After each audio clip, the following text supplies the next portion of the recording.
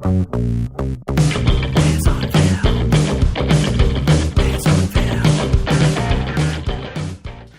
yo! Really? that's how you're starting? Well, after that, welcome everybody. Welcome to Bears on Film. Today, you may have gauged from the title of this episode, we're not talking about a new release because, although, Billy, you have seen a new release this week, I refused to. That's right, I had trouble convincing, not just you, but anybody to come and see Geostorm with me. And... Look, I mean, I don't like to throw words like right and wrong around, but... ugly terms. Yeah, you made the right choice. Yeah. Right is definitely the only word. It was a bad movie. All right, we might talk more about Geostorm later, but what we did in the absence of a new release that we were both willing to pay for, Billy convinced me to watch a film that I actually have wanted to see since it came out in... What year, Billy? 2001, I believe. 2001. It's an Oscar winner, so you know that it's at least as good as Suicide Squad. What all filmmakers really shoot for, isn't it? To be. Yeah. This is one of my all-time favourite films. You haven't seen it. And I have seen it. Well, you have now. You have now. You hadn't. And we are talking about Hayao Miyazaki's film Spirited Away. Now, so why hadn't you gotten around to this? Do you watch much anime or animation in general? I don't not watch it, but I don't see a ton of it. Yeah. But you had been wanting to watch this one. Yeah, if you look at my actual list, which exists of films that I missed and really should get around to seeing, Spirited Away was on that list. Just missed it. It happens sometimes. Yep. Things slip through the net. Now, we haven't spoken yet about... No, I haven't told you what I think of it. So and you've been nervous. I have been, because it's always that thing when, you show someone one of your favourite films and... you sit there the whole time. I was texting you during it. It was really aggravating. Yeah, you were streaming it from my server, so I actually I could see what time it was going to finish, and I set a little alarm in my phone to text you at that exact moment. It was creepy. Yeah. It was creepy. But you still refused to say anything, so I guess let's really just to aggravate you. Now. I pretended it was so that it would be like a big reveal now. Really, it was to aggravate you. Yeah. Because I'm that kind of friend. So let's talk about what you did think of it. I enjoyed it. You'll be happy to hear. I enjoyed this this film. It was further out there than I thought it was going to be. It's a strange movie. It's an odd film. Yeah. It's an odd film. There's nothing normal going on with the main character. No. Well, and this is the thing. So I find this with a lot of non-Western animation. We tend to think of anime... Like, obviously, there's the kind of outliers here. You've got South Park, Family Guy, those kind of things that are more geared to an adult audience. But generally here, we tend to think of particularly animated features as being for children. And the interesting thing about Japanese culture is that it's not that it's not for children, because a lot of Ghibli films are for children as well, but they're not afraid to do really different things. It's not just your typical kind of, Disney type story. They really try to say different things in their films. Yeah. So I knew about this film through reputation. I actually knew nothing plot-wise going in. I knew the main character was a girl. I didn't know that she got swept up into this sort of Narnia-like extra. The best comparison I've seen is like Alice in Wonderland, and it's very much like that kind of story. There's not so much an overall plot as there is an overall world and these different characters that she encounters throughout the world. Yeah. So she's in this... It's a bathhouse that she gets caught up in, which caters to gods. Pretty much, yeah. And it's weird. It is. It's strange, I mean, going back to what I was saying before about how they're not afraid to be different. Like I have a 3-year-old daughter who, of course, loves Disney films, loves all that stuff. One of the good things we've tried to do is get her into other things as well. So she actually watches a lot of films from other cultures. And one day she was watching My Neighbor Totoro, which is another Studio Ghibli film, which is very much a children's film. But there's a lot of darker themes in it. She was watching it with my mother one day, her grandma, and she turned it off before the end because she was worried that the main character's mother was going to die. Which... I don't think she's okay with Bambi. It's done in a much more serious tone than most Disney films, and she's you never know with those foreign films. Like, just a little bit of casual racism thrown in. She's in her 50s, so you forgive it. We'll just do some casual ageism. So let's talk about the style and the art of it. Yeah, so I'm into the animation style. I think it's really engaging and well done. I love the fact that they're not in a... I was interested when I hit play on the movie and it came up as being a tick over 2 hours. I think, which is not a long film, but it's a long animation. It is a long animation. And you really do tell the difference in a film like this compared to, let's just say, Disney, Pixar, whatever. They're really willing to take their time with certain scenes and even certain shots that they'll just hang on. Yeah, it's amazing the amount of love that has gone into making this movie, which goes into all movies, like even really bad movies. You have to sit there and think there were hundreds of people that sat there for hours and hours and worked on this. Yeah. But, Hayao Miyazaki personally approved every key frame of animation in this movie, which is insane. It's very much done in that anime style where it's got these beautifully ornate painted backgrounds and sceneries, and then the characters are much less detailed. But and anime is very clever the way they animate things where they will reuse a lot of things. Like they will hold on a shot for 3-4 seconds, and in that time the characters might not move at all if you look closely. But yeah, there was one point where I was like, is this buffering or something? Yeah. And I was like, oh no, she's just... It initially started as a cheaper way to do things because you need to draw less if you just hold something up on frame for less. And sometimes that's noticeable. Like if you ever watch old Pokemon or something, there will often be times where you can be like, oh, okay, they're just trying to hold this for 20 seconds. But in a movie like this, it's, there's something different about it. And it really adds, I think, to the whole life of it. And the way they've used music as well in those areas really, really helps. So the main character, who's kind of dim, like we're not talking about, this is not Sorcerer's Apprentice material. She's not this gifted youngster she's not Harry Potter. Yeah. Which I've seen one Harry Potter film. I don't know how good he gets. She does do the kind of odd, amazing thing in a kind of Forrest Gump way where it's like, oh, wouldn't have thought you were capable of that. Yeah. And that's what's so lovely about this film is all the characters are kind of like that. It's not black and white. Like none of the characters are there to be bad guys or there to be good guys. Or it's a really weird movie because it's almost like a slice of life kind of movie. It's in some ways it's similar to something like, say, Clerks, where it's just these are these characters doing their regular things, except it's doing it in a mythical bathhouse. Exactly, which is it's just fun the way that this kind of happens. Even the notional big bad of the film is someone who our little hero is willing to give lip to. Yeah. And she's not that scared of her after her first meeting. Yeah. But she's a great bit of design as well, the bad.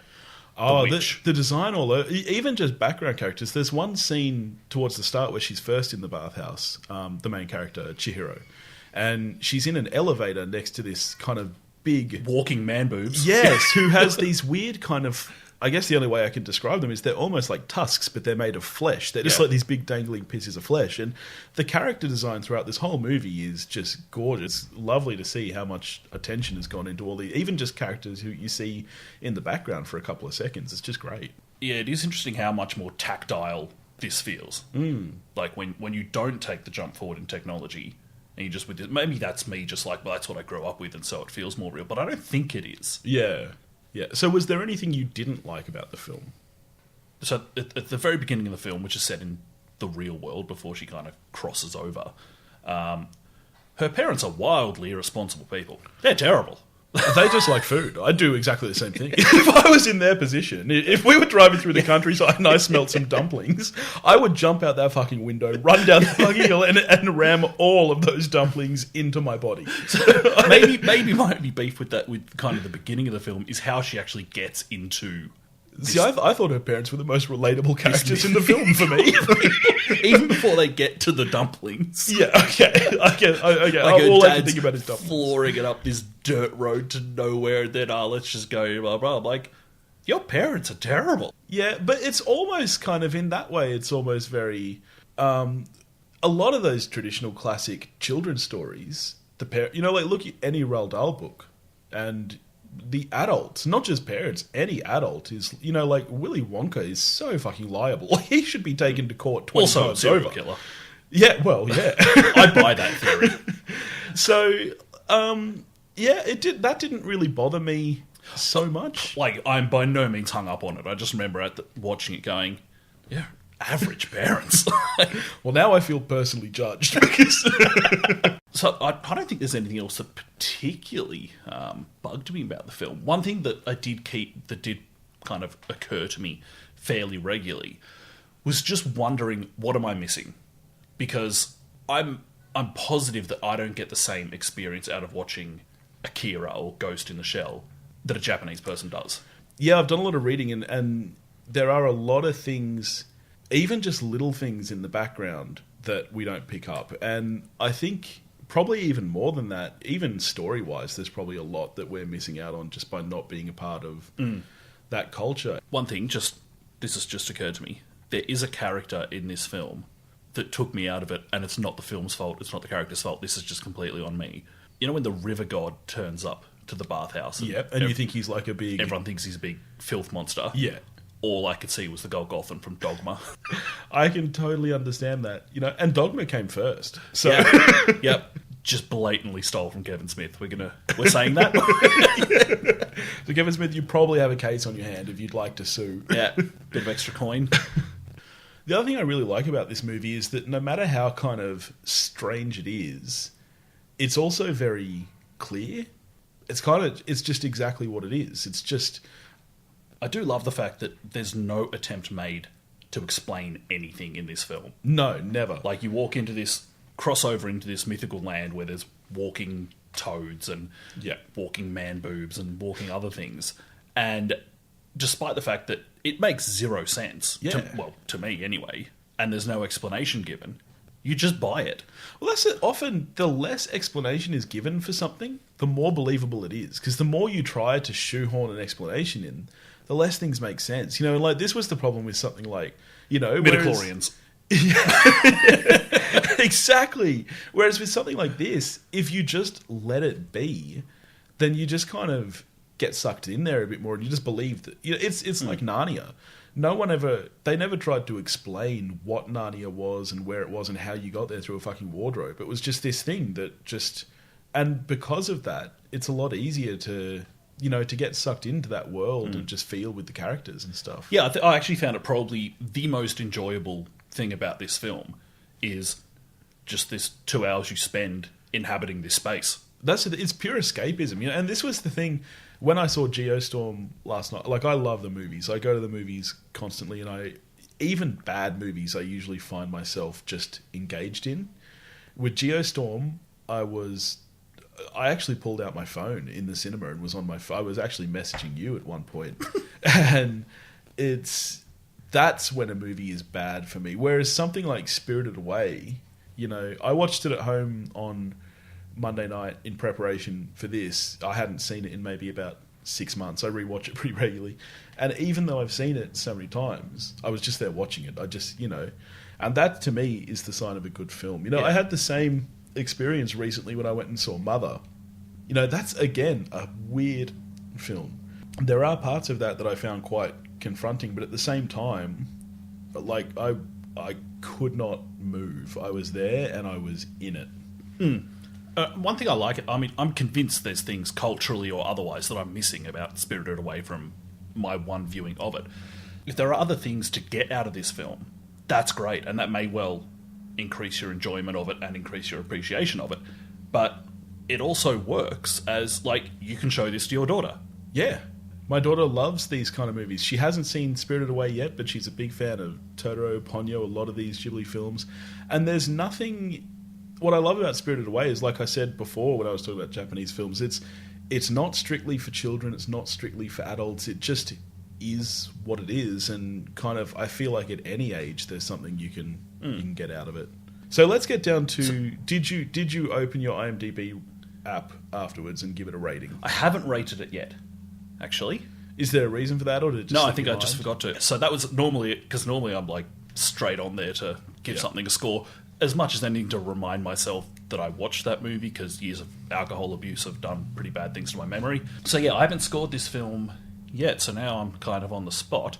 Why don't you give me a score, which is going to be high because it's 20-year-old time. Well, I mean, but just give me an extra and also, 5 seconds. I mean, I'm generous because even Geostorm I gave a 3, which you would probably, because I messaged you afterwards. It sounds like something I would. I give a messaged 1 you to. and I said, look, I think that join the 1 club. I said after you see this, you will have to reassess your Justice League score because it's definitely worse than that. And your response back was, well, then it would be a 1. Which. Look, so obviously this is for me it's a 10 out of 10. I cannot find anything to fault this film on. At the moment, I'm probably leaning 7 on it. The toss-up for me will be whether it'll be a 7 or a 6. It's definitely not an 8 for me. Now, you should see Billy's face right now. My mouth is agape because I was not expecting as low as this. I thought this would be an 8 for you at least. Well, now, and let's keep in mind, like, it's probably, let's say it's a 7. I'm saying it is an above-average film. I'm saying I really like this film. I'm just not this is as where we flagrant we differ very much. with my scoring as you are, where, like, if I didn't fall asleep, it's a 9. Oh, come on. My 9s are not that common. All right. While you continue to talk, I'm going to open my IMDb app and see what I've rated a 9. And if they're really bad, I might just stop talking. But you continue with the only thing... So, yeah, like I said, I know it's a low score for you, and I'm of the opinion that giving a 6 or a 7 is not insulting to a film. Like, I'm saying it's above average, and I enjoyed it. And while I did enjoy my time watching this film, it's probably not a film that's going to stay with me for a particularly long amount of time, or that I'm going to think of that often. I really enjoyed my time watching it. I really, really like the world they created for it, and I was happy. Wow. You sad all you've heard is, I hate this film. Well, looking at okay, so there are only 5 other films that I have given a 10. Yep. Okay. Lord of the Rings, The Return of the King. That's not a 10. I mean, I love the Lord of the Rings films. Return of the King is not a 10. Empire Strikes Back. That's a 10. Silence of the Lambs. That's a 9 or a 10. My Neighbor Totoro, which you haven't seen. What's that? It's another Studio Ghibli film, which you should also watch at some point. And The Red Turtle, which you probably also haven't seen. I have seen The Red Turtle. You have? Thank you very much. Oh, I'm sorry. Oh, Mr. Hoity-toity. And what did you rate The Red Turtle? I believe I gave The Red Turtle a 7. But that's from, like I said, my memory's not great. You're useless. And then I'm not going to bother reading my 9s because there's some trash in there. You're just going to judge me all over. Yeah. Let's deviate back to our little side project here at Geostorm. Should anyone see this film? Look, that's a no. I'm a very positive person, and I'm not going to say that nobody should see it, because I'm sure that there's somebody out there who this film is for. Like, it's very hard for me to watch a movie and say nobody should see it just because I love movies. That being said, don't see Geostorm. Anybody out there, just don't see it, because the best thing about it is that it's short, but it's still not short enough. That's really what you want to hear about a film, isn't it? The best thing about this film is that it's short. Yeah. I mean, to be honest, if you see Gerard Butler's name... Jared's Butler. To be honest, if you see Gerard Butler's name on a film... Alarm bells do probably ring. just don't go see that film. Is really, I don't dislike Gerard Butler as a performer, but my God, he will make anything. Oh, I mean, that's the thing. He's quite likeable as a dude. Yeah. But just don't go see a movie that he's in. No. If you want your Gerard Butler fix, just go watch fucking 300 or something and then stop at that point, like he should have. I quite liked Rock and Roller. I actually did not see that, but I have heard very good things about it. I wouldn't say very good. No? I liked it. Okay. That was Guy Ritchie, was it? Yeah, it was kind of him going back to his roots. Right. Yeah. Because I like Guy Ritchie. Never saw the Sherlock films because they didn't really interest me. I don't mind them. They're all right. I did not see the new King Arthur because, yikes, that did not look good. See, that's one that I would probably enjoy. I bet you would. I bet you would. I was actually hanging out to see that at the cinemas and just didn't get a chance. But yeah. I will watch that at some point. All right. So, Spirited Away, if you haven't seen it, I recommend jumping on Billy's bandwagon and seeing it. It's worth watching, and it's worth rating a 9 at least. So anyone who doesn't give it a 9, so just don't not listen to person. Topher. He's a sack of shit. He doesn't know what he's talking about. So go see Spirited Away. Yeah, do. Yeah, just go watch any movie. Just go watch a movie. Just Have not fun. Geostorm. Just not Geostorm. All right. Bye. See you, everyone.